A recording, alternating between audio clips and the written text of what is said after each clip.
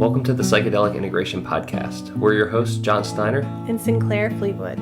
We're experienced psychedelic guides, retreat facilitators, and keepers of the sacred fire on a mission to help you transform your mystical medicine experiences into a sustainable way of life. Did you connect with a vision for your life through your work with plant medicines but have no idea how to make it happen?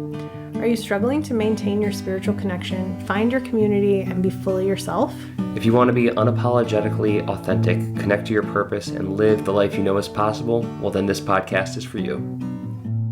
Hey everyone, we're so happy you're here. Welcome to the Psychedelic Integration Podcast.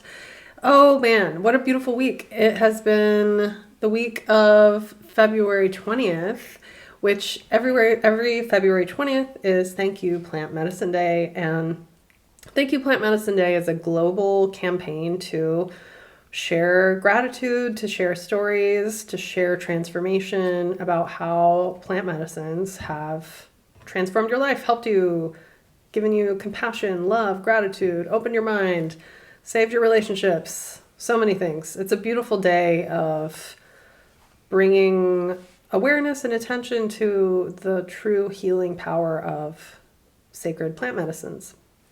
And we thought last year we shared our personal stories, those our personal Thank You Plant Medicine stories. If you're interested, you can listen to those on their episodes 6 and 7 of the podcast if you want to get to know a little bit more about how we started doing this work.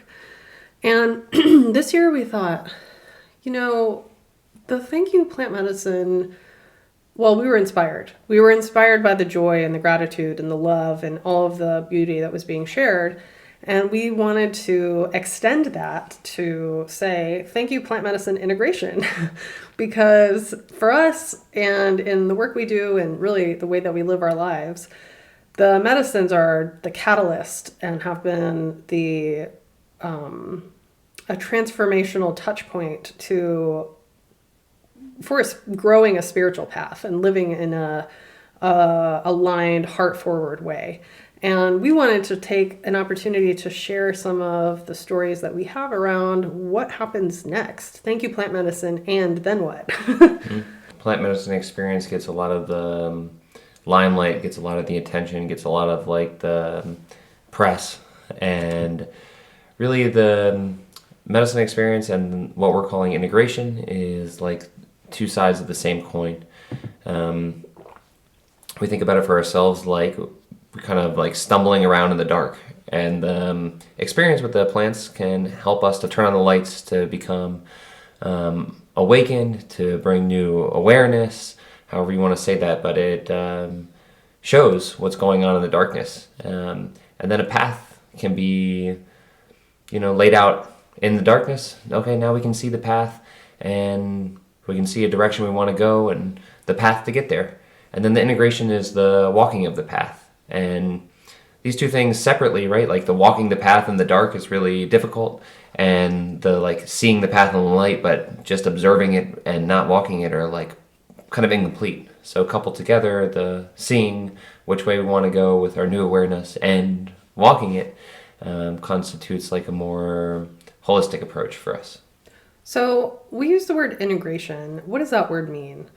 It's a kind of an industry, psychedelic industry term for embodying and integrating is like making whole. So we like to think of it as taking the awareness of your experience, your new consciousness, and bringing it into your being.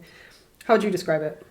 I think you hit the nail on the head. I mean, making real in your life what lessons you learned from whatever the experience was. And I think through today's episode, we'll start to get a better idea of what we mean by integration, what that process looks like, and how it is a vital part of the holistic approach to working with plant medicines. Yeah. So I want to start off by asking you, what is one of the most important lessons you got from the working with the plants? Oh my gosh, that's such a big question. I can only answer that from where I am right now, and I've been going through a lot the last 2 years since I really was living in Ecuador and working with ayahuasca and San Pedro really regularly, I would say the biggest lesson that I got from the plants has been trust the universe. Trust not only like the universe has your back, so God has your back. God loves you, Creator loves you, wants you to be happy. Trust yourself. And that is a big thing that is coming up for me right now because I have spent a lot of the last 2 years being really afraid. And fear is a really powerful emotion that is, it can kind of like hijack your nervous system, and it can hijack the way you think, the way your body feels, the way you interact with other people. If there's a fear vibration in your vibration, if you're, feeling a lot of fear, which I have been for a while, it like clouds everything. And ayahuasca had shown me like physically and visually what this fear that I was carrying in my body looked like. And I didn't like, it was like this, I called it a fear puppy, but it looked like a wolf. It was like an angry kind of like aggressive looking feeling. And so I have been thinking a lot about like, what is the opposite of fear? What do I want to feel instead of fear? And the answer to that is love, trust, faith, calm. So you got this, the lights came on, right? You woke up you became aware of that this fear is manifesting in your life and the ways it manifests. And you described this new awareness, and then also, okay, so on one hand you have fear, and on the other hand you have this trust and love and compassion. Mm-hmm. And this is like the path out of it. Mm-hmm. So what has pulling away from fear and shifting towards the trust and faith and love, what does that look like for you? And like, what has been difficult about that? And what are some tools that you've been using to make that transition? Well, I wasn't really aware of it until probably 6 or 8 months ago. It was in my subconscious. And part of my integration work has been, learning how to handle and face whatever comes up. So like most people, I came from an alcoholic way of dealing with things, which was not dealing with them, repressing them. And the medicine enabled me to be in my power so that I was no longer going to use those old coping mechanisms. So what happened after that was that the things that I had really been suppressing, deep-seated fears, fear of abandonment, like fear of a lot of like people-pleasing, perfectionism, stuff that I had not truly been fully aware of because I had this problem with alcohol. After the medicine enabled me to move through, okay, this is no longer a problem, then all this other stuff starts coming up. And I think this is really common for people. And I would say that, so the first step is like awareness, becoming aware of what is going on, what's coming up, learning how to lean into emotions rather than distracting myself from them or pushing them away or avoiding, like pretending that they're not there, all the different ways that we don't feel our feelings. So awareness, examining the feelings, and then feeling the feelings and like leaning into the emotions and understanding what is under there and digging into them. Like I've done a lot of journaling, a lot of meditating, a lot of embodiment, like moving my body, and mantras are really powerful for me as far as like shifting out of a anxiety or fear feeling. But it's been a really long, nuanced process of connecting so many different like areas where I was struggling in the past all together to see how like, oh, this is actually just one thing. I am afraid. So give me like a concrete example, right? You're telling me very conceptually about like what's going on with the fear, but give me an example of like, okay, how does this fear manifest for you? And what are you doing to stop feeding that and feed a new path? The way that fear manifests for me is chronic pain in my body. And I have had variations of chronic pain for over 20 years. I used to have migraines. I've had digestive issues. I've had joint pain. I've had low back pain. In the most recent iteration, it has been this like very severe back pain and sciatica and panic attacks, like really high anxiety. And the work I have done with medicines has started to allow me to see the root causes of all of these symptoms.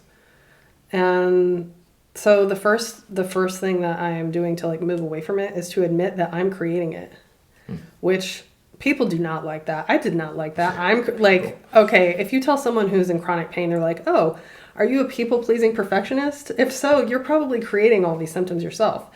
And I did not, I mean, I've been to countless doctors. I can't even tell you how many like different treatments I got. And, you know, I've been told there's all kinds of different things, whatever, on scans. And what I have come to recognize as the truth is that there's absolutely nothing wrong with my body. And all of these feelings of pain and suffering and panic and fear and anxiety, I am creating myself. So I don't believe that I could have come to that realization without plant medicine, because plant medicine has enabled me over and over to see how I create my own suffering.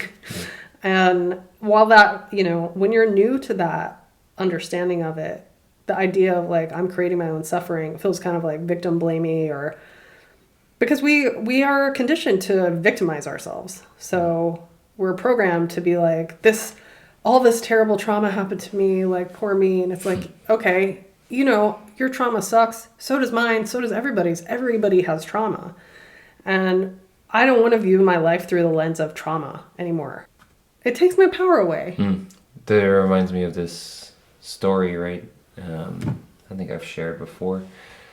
There's two twin boys, and one of them ends up like, you know, living his own personal dreams. He wanted to own a business and live by the ocean, have a wife and family, and he measured up to his own view of success. And his twin brother, he was a drunk who really didn't have much, begged for his money and spent it all on getting liquored up. And someone asked both boys, why did you end up the way you ended up? And they both gave the same exact answer. Well, my father was an alcoholic. Mm-hmm. And one of them took that and was empowered by it. And the other one took it and was victimized by it. Mm-hmm. Well, I know all of us have heard that saying that life is like 10% what happens and 90% what we do with that. Mm-hmm. And when I can accept that the 90% is in my responsibility, it's like... It's empowering. Yes, that's right. It's also really difficult to transition from feeling victimized, victimizing yourself, especially if you have had trauma, and like, you know, it would be very easy for me to like roll around in my sadness about what happened to my father. If you want to be a victim, you can. And I knew, and I have known since I've been on this kind of journey after, it was like the medicine gave me all this knowledge and all these tools and all this empowerment. And then it was like, now you have to go forth and heal yourself. And I did not know how difficult that was going to be. Like, the healing yourself part is really hard, especially during a pandemic when you're isolated and you don't have a community. For me, like, community is the most healing.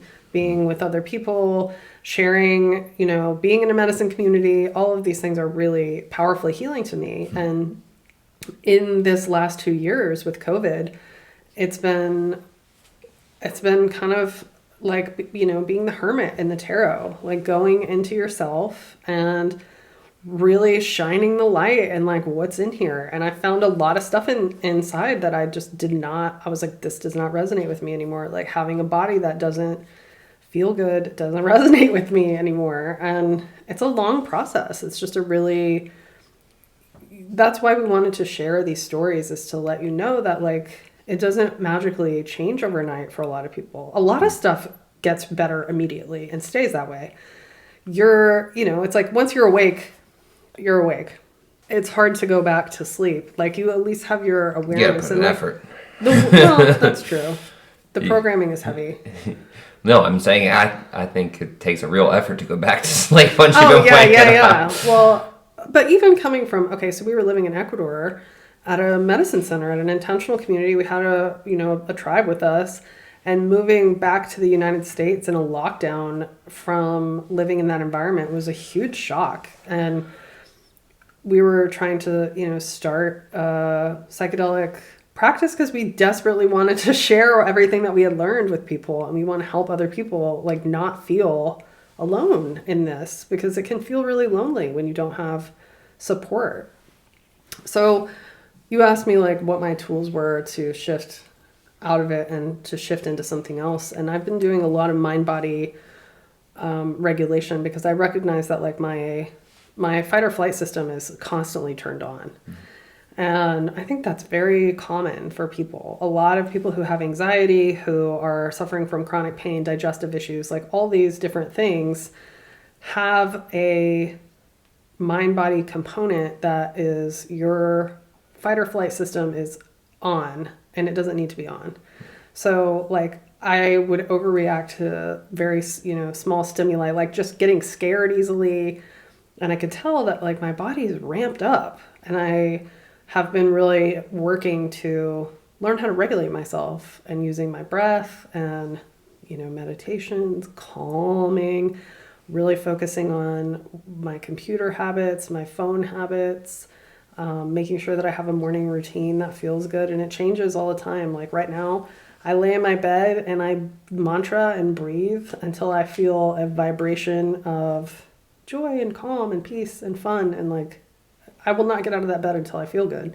And sometimes it takes longer than others, It's different for everyone, but I would say like as a whole, our vibration is amped up.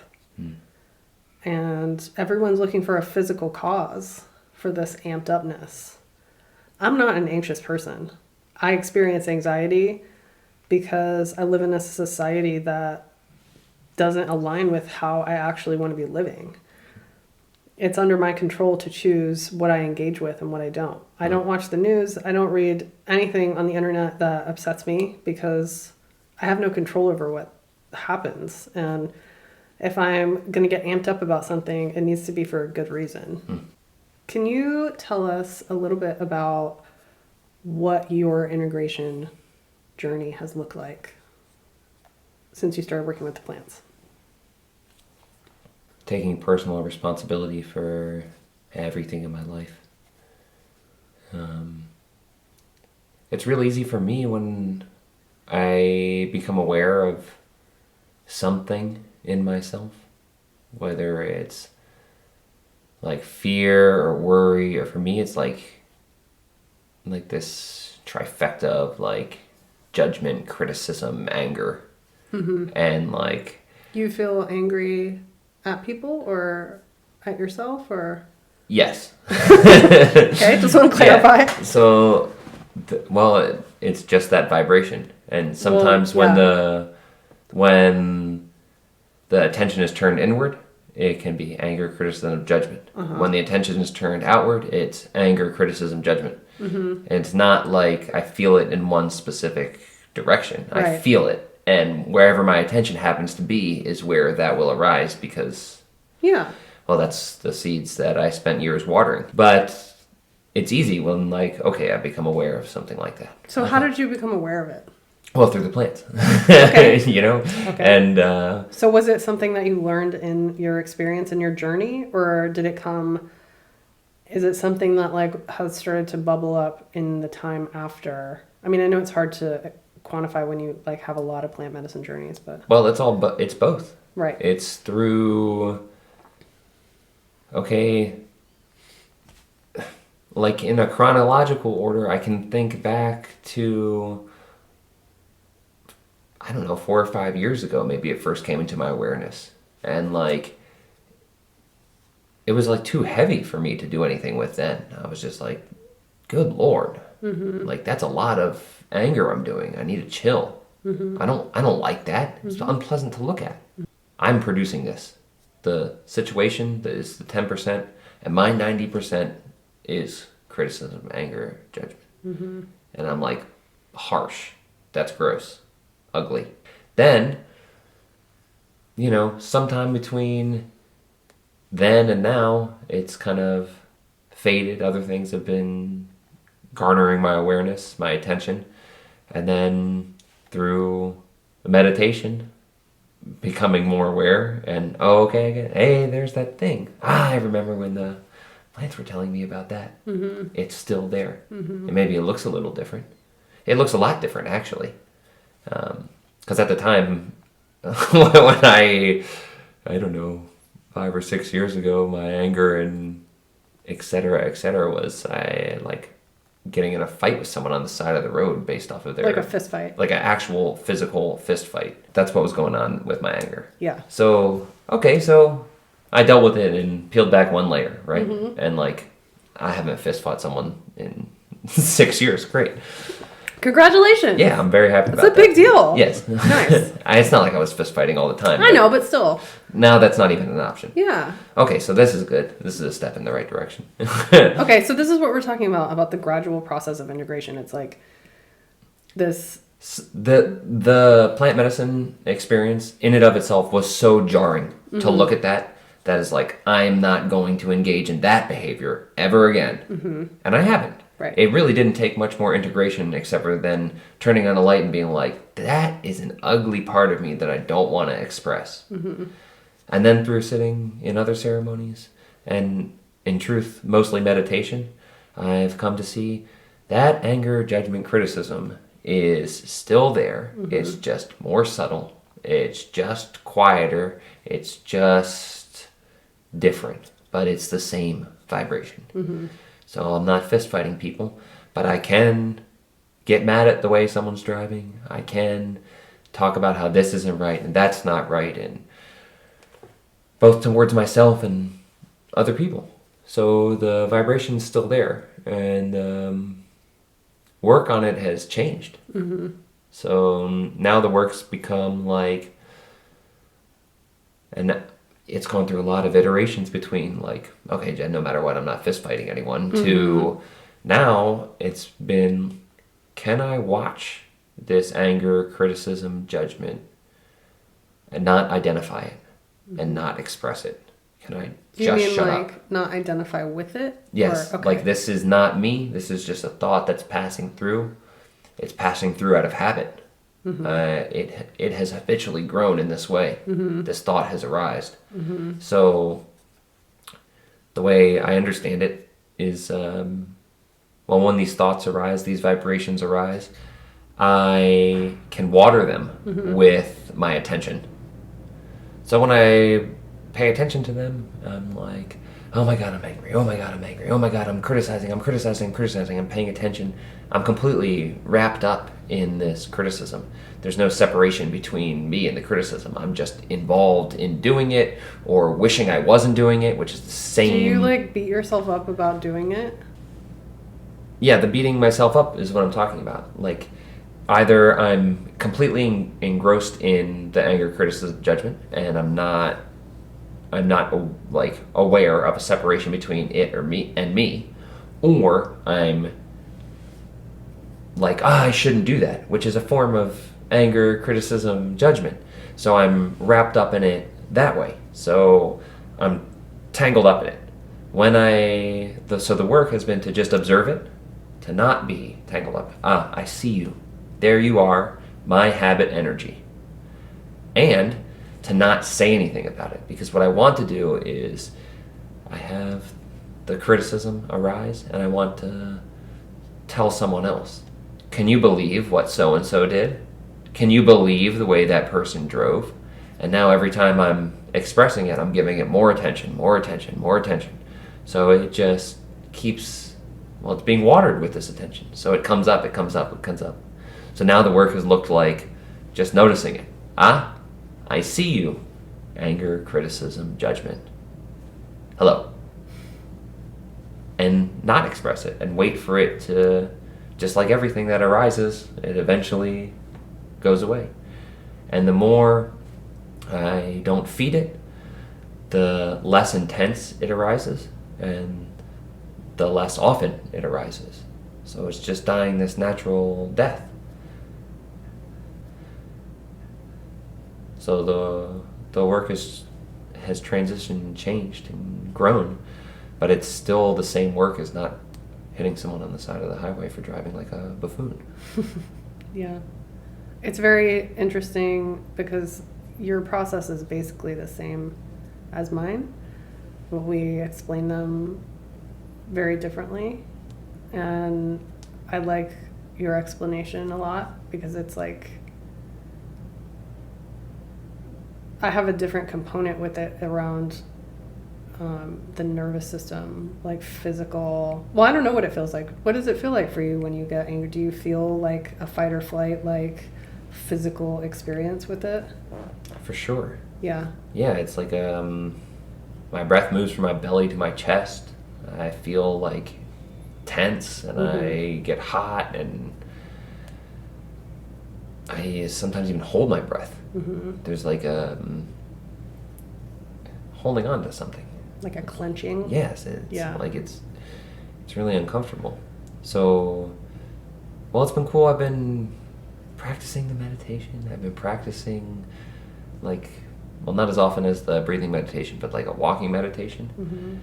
And sometimes when I'm doing this, my breath, because I've been practicing watching it in a relaxed, calm state, or watching my feet as they press against the ground in a relaxed, calm state, they'll remind me, be mindful.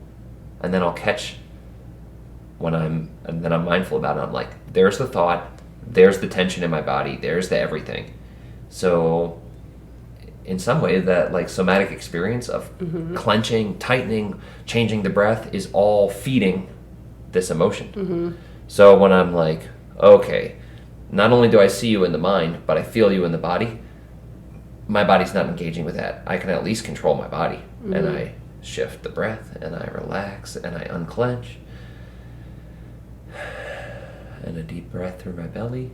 And now it's even easier to watch it as a thing that is just arising and falling. The first time I understood the relationship with breathing and self-regulation was in an ayahuasca experience. Yeah. Ayahuasca taught me how to breathe. Huh? Well, because I was panicking and I was terrified and I was overwhelmed and I didn't like it and I was struggling and I was fighting. And she says, do you want this to be easier? And I was like, yes. And she's like, breathe. And she showed me how when you breathe deeply, your entire body will relax. And that whatever is going on, whether you feel sick or something is coming to your mind that you're afraid to look at, or it's just if you've done ayahuasca is just like getting a fire hydrant of crazy opened on your face sometimes. It's just for me, it's a very visually stimulating, overwhelming experience where I used to try to like understand all of the things that were coming at me and I couldn't do it. So I would just get really scared. And she taught me how to breathe and how to surrender. And that when we fight and struggle, whatever you resist persists. We think of like these things as like cause and effect, right? Like we have an emotion and we have a bodily reaction, or we have a thought, emotion, bodily reaction, or vice versa. We have something in our body, when we consume something, or we are doing some behavior and it leads to the thought or emotion. Well, really, these things like coexist. They co-arise. So with the thought of, in my case, the criticism, judgment, anger, there's the tension. With the fear, worry, there's the same tension, right? Well, maybe a different tension, but tension nonetheless. And so the mental and the physical aspect happen together. So really, to put a control over one of them, all you have to do is regulate one, and the other always follows suit. So if we can really relax our body, which is, at least for me, a lot easier to control than my mind, then the mind follows suit.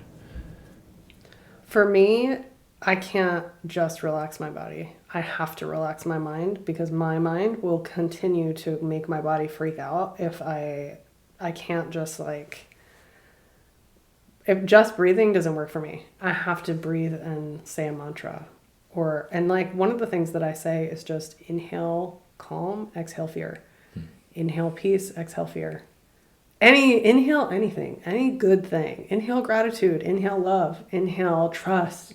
And now I've created a belief in my mind that my respiration is physically removing fear from my body. Because what happens to me is I get a trigger of some kind. Something will scare me, or sometimes I'll just wake up in the middle of the night and my heart will be racing and I'm breathing fast and I'm having a panic response and I don't know why. And I have a ton of pain in my body and I don't know why. And so instead of trying to be what did I do wrong? Creating this catastrophizing around what's happening? Why is this happening? Which is really natural to do. It's to be it's okay. It doesn't matter why it's here. You know how to regulate yourself. So I am training my brain to stop being afraid of pain, because pain is not dangerous. Pain is a way that my body is trying to tell me something. And it's been trying to tell me a whole bunch of different things for some time now. But a lot of it is around the way that I treat myself and this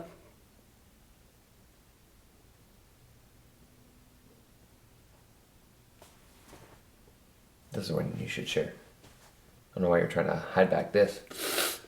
It's the way that I'm so hard on myself and I put so much pressure on myself and I put such high expectations on myself, and it's not my body has been trying to tell me, you don't have to do this. You deserve love the way that you are. You don't have to achieve anything to get love. You don't have to be any certain way. You don't have to take care of other people. Take care of yourself.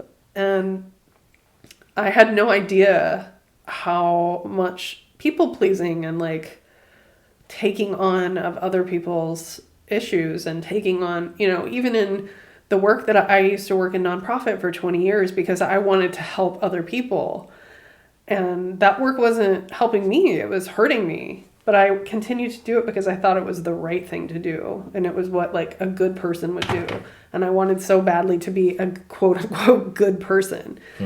And a good person doesn't whip themselves in private. A good person does not hate themselves and put so much pressure on themselves. And part of why I wanted to share this is to say that just because we are in a line of work where we're helping other people work through this stuff does not mean that we have it all figured out. And if somebody's telling you that they do have it all figured out, I would be very wary of that.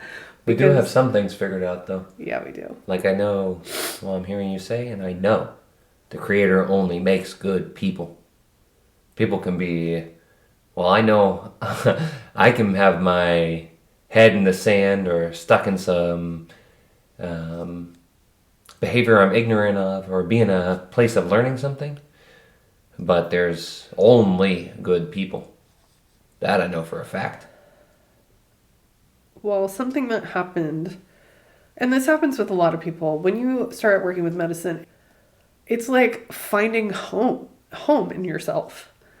And if you find home in yourself, you want to take as many people with you as you can. You're like, I know where home is. Like, let me help you find your home. And I wanted to help, like, walk people home. And I had an opportunity to do that by working at a retreat center.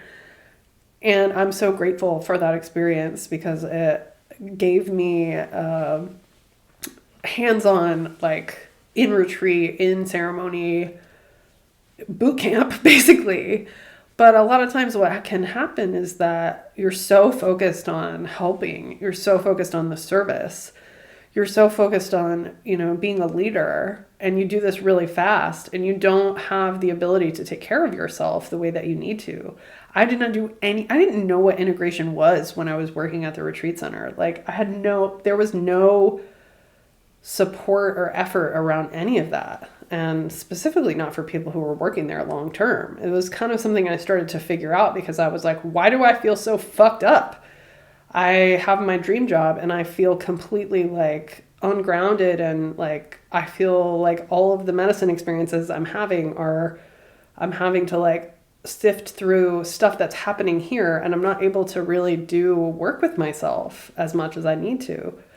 So we get a lot of people asking us about, like, how do I become a coach, or how do I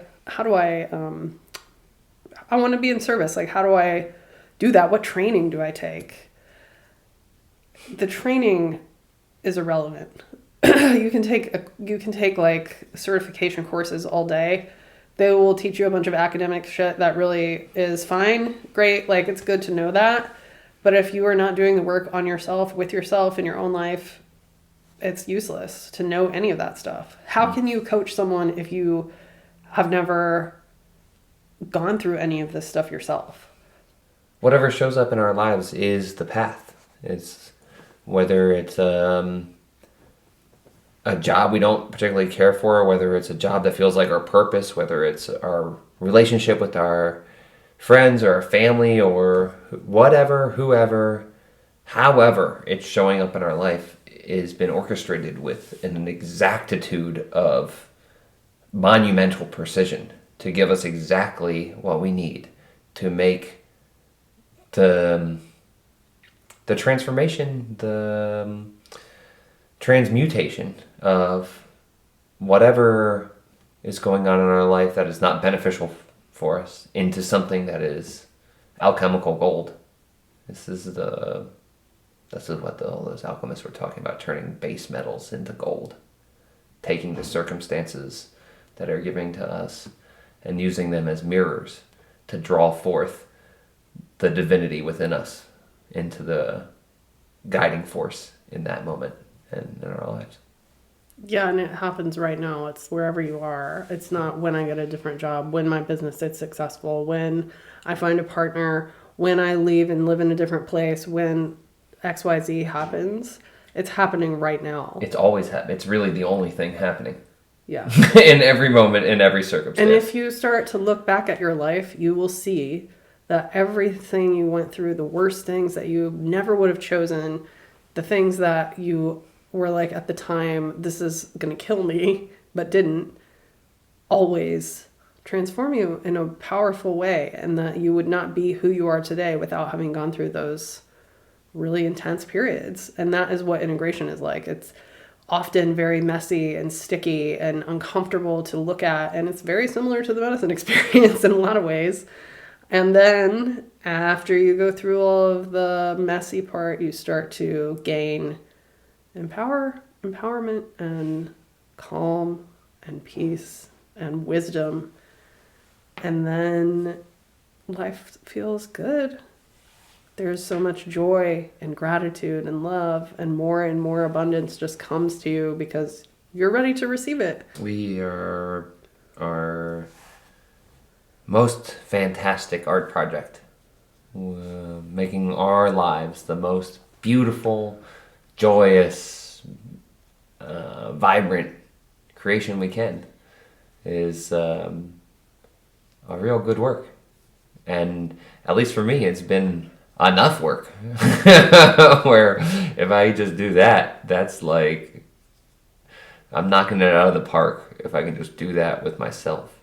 If I can just transform the ways I create suffering into ways I can create joy. The ways I can transform fear into love in my own life is like, that's a lot of work. And when I think I have like really dug deep and got to the bottom of a lot of it and wow, I'm really killing it, then there's another layer to the onion to be peeled back. Yeah. And I don't mean for that to sound like a slog, because it's not. It gets easier. I've done a lot of the excavating already, and peeled back the like thick, hard, callous layers, the punching people on the side of the road layers, and now I'm peeling back subtle layers of, oh man, I made a judgment on that person. Yeah, I mean, what a huge difference. Yeah, and the way at which I'm doing the work has changed because of the work. Mm-hmm. So it used to be like, oh, what's wrong with you making this judgment? Blah, blah. You're criticizing. God, you got to stop that. Oh, what's wrong with me? Why am I doing it? I'm such a piece of shit, etc., etc., etc. Yeah. To like, oh, there you are, judgment. I see you. Yeah. I see you. You're not me. Right. I see you. Well, and there's still some of that other stuff peppered in there. Yeah. But it's mostly, there you are, see you. I mean, I can come and tell you stories when I get home. You wouldn't believe this judgment I made. Right. Like it's a lot lighter the more the path is walked. I'm so grateful that I have a coach myself, because I had recently this freak out of like, oh my God, everything I'm doing, I'm just like, it's this, like when you become aware of a habit or a belief or a value or something that you, like John was saying about this thing that's like been in there for such a long time, and you start to separate from it and you can see it and see how you're like fucking yourself up. Uh-huh. It's so overwhelming because you're just like, I have been screwing myself over this whole time. And it feels terrifying to think like, why I've been the one in my own way this whole time. It's so hard to see yourself in that role. And having someone gently tell you like, treat yourself like a child. You need to give yourself love, forgive yourself, give yourself compassion, because you have been doing like all of this experience of going through the awakening and becoming aware of your negative thought patterns and your negative behaviors and your negative beliefs is all part of the growing process. It's all part of it. And you have to, I think she's told me, my coach was like, quoting, I think it was Carl Jung or something, but like, you cannot grow a tree to heaven unless the roots are in hell. Nice joke. And I really relate to that because I have been down in those roots and like really digging into myself for months and months and months, and finally coming to a place of seeing how it's such a simple shift from fear to trust. Mm-hmm. It's such a simple shift from anxiety to calm. And does it take practices and work? Yes. But it's not something that I have no control over. It's something I have all control over. And it's really empowering when you start to see how you can just change your mind. You can just change your mind. You can just choose something else. You can just feel something else. You are not your feelings. You're not your anxiety. You're not your fear. You're not your pain.